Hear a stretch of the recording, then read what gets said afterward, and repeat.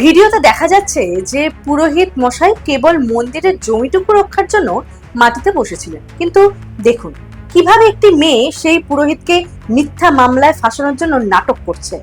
রাজস্থানের সিকার জেলার গানেরি গ্রামের একটি ভিডিও বর্তমানে সোশ্যাল মিডিয়ায় তুমুল ভাইরাল। বলা হচ্ছে ভিডিওতে দৃশ্যমান ওই প্রবীণ ব্যক্তিটি হলেন স্থানীয় শ্রী জানকীনাথ মন্দিরের পুরোহিত। অন্যদিকে ভিডিওর ওই যুবতী তার বিরুদ্ধে শ্লীলতাহানির অভিযোগ এনে হট্টগোল সৃষ্টি করছে, যেখানে তার ভাইও তাকে পুরোপুরি সহযোগিতা করছে। মেয়েটি জোরপূর্বক বৃদ্ধ পুরোহিতের গায়ে পড়ার চেষ্টা করছে এবং চিৎকার করে নিজের জামা কাপড় ছিঁড়ে দিয়ে পুরোহিতের নামে মিথ্যা অপবাদ দিচ্ছে।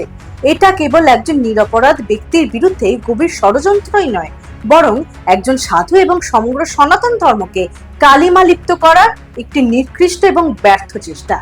অভিযোগ, মন্দিরের জমি নিয়ে একটি দীর্ঘদিনের বিরোধ চলছিল এবং সেই সূত্র ধরেই এই ন্যক্কারজনক ঘটনাটি সাজানো হয়েছে। প্রকৃতপক্ষে সমাজের নৈতিক অবক্ষয় ঠিক এখান থেকেই শুরু হয়, যখন মানুষ আইনি এবং সামাজিক লড়াইয়ে জেতার জন্য নিজের ঘরের মা বোনেদের আত্মসম্মান ও মর্যাদাকে বাজি রাখতেও দ্বিধাবোধ করে না।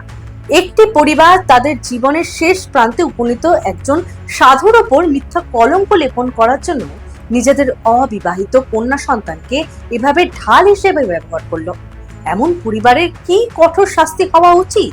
আর যে ছেলেটি নিজে দাঁড়িয়ে থেকে এই পুরো কুকীর্তির ভিডিও করছিল, সেই বা কম দোষী কি?